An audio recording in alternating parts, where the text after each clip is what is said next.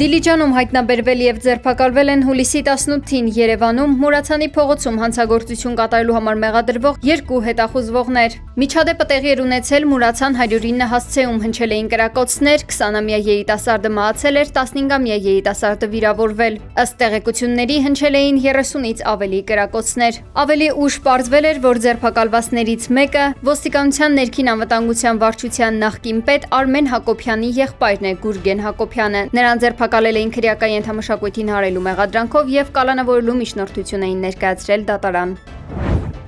Մելիք գյուղում երկու եղբայրներ կենցաղային հարցերի շուրջ ծագած վիճաբանության ժամանակ գռտնակի հարվածով սպանել են իրենց 56-ամյա մորը։ Հանցագործությունը քողարկելու եւ հետքերը վերացնելու նպատակով նրանք դիակը տեղափոխել են անհարևանությամբ գտնվող Իսակարույց շինություն ու թաքցրել հողաշերտի տակ։ Ներքին գործերի նախարարությունից հայտնել են, որ հուլիսի 22-ին դեպքից մոտ 5 ամիս անց մոր անհետ կորելու մասին հաղորդում է ստացվել Արագածոտնի մարզային վարչություն։ Քրեական ոստիկանները նույն օրը հայտնաբերել ու ձերբակալել են եղբայրներին, նրանցից մեկը խոստովանական ցուցմունք է տվել։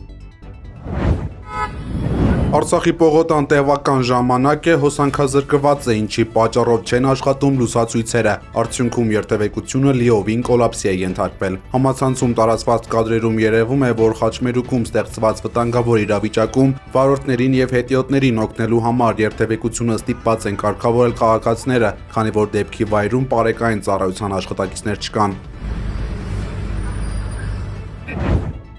Քննչական կոմիտեի քննիչը խուզարկություն կատարելիս որպես ապացույց վերցրել եւ կնքել է $500 միլիոն ու 40 եվրոն, սակայն հետագայում հափշտակել է գումարը, գրել է Հրապարակ օրաթերթը։ Ըստ պարբերականի տեղեկությունների Վազգեն Աբգարյանը գողությունը քողարկելու համար կնքված ծրարի մեջ տեղադրել է երկրորդ, ըստ երևույթի դատարկ ծրար։ Դատարանում ապացույցների տազոտման ժամանակ է միայն պարզվել, որ ծրարի ներսում եղել է պատրված երկրորդ ծրարը, գումարն էլ բացակայել է։ Այստեղ էլ բացահայտվել է հանցանքը եւ քննիչ Աբգարյանին մեղադրանք է առաջադրվել։ Նախկին քննիչի գործը քննվել է հակակոռուպցիոն կոմիտեում, խափանման միջոց է ընտրվել բացակայելու արգելքը։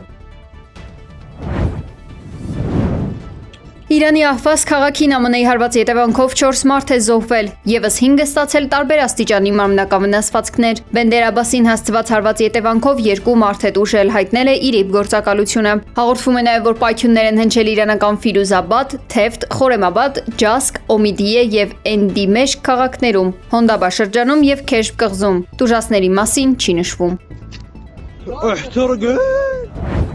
ԱՄՆ նախագահ Դոնալդ Թրամփը հրամանագիր է ստորագրել առևտրային կանոնների խստացման մասին։ Նոր սակագներն ուժի մեջ են մտնում հուլիսի 24-ից եւ վերաբերում են 60 երկրների ապրանքներին։ Բացի Ռուսաստանի Դաշնությունից եւ Ղազախստանից ցուցակում են նաեւ Մեծ Բրիտանիան, Ճապոնիան, Եվրոպական միության երկրները։ Վաշինգտոնում հայտարարել են, որ այդ երկրները իբր վատ են հետևում ապրանքների արտադրության մեջ հարկադիր աշխատանքի օգտագործման արգելքին։ Այն բեռների համար, որոնք արդեն ճանապարհին են, նախատեսված է փոքր հետաձգում մինչև հուլիսի 28-ը։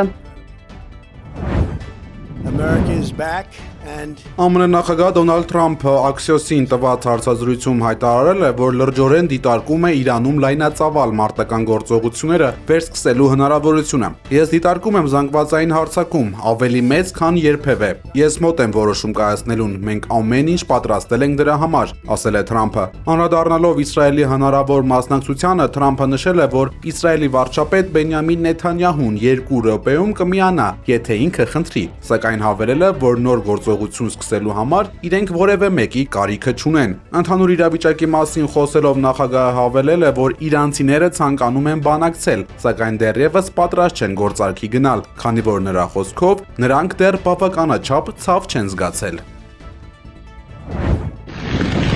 Հնդկաստանի Գուջարաթ նահանգում շարունակվող հորդառատ անձրևների հետևանքով շրջանը հայտնվել է աղետալի իրավիճակում։ Տեսանյութում երևում է, թե ինչպես են շենքի ավտոկայանատեղիում տասնյակ մեքենաներ հայտնվել ջրի տակ։ Տարածաշրջանում տեղումներն աննախադեպ բնույթ են կրել։ Ումբերգաոն քաղաքում 24 ժամվա ընթացքում թափվել է Հայաստանի տեղումների տարեկան քանակի 1.5 անգամի չափ տեղումներ։ Հորդառատ անձրևների հետևանքով հեղեղվել է ամբողջ քաղաքը, ինչի պատճառով հազարավոր մարդիկ տարհանվել են անվտանգ վայրեր։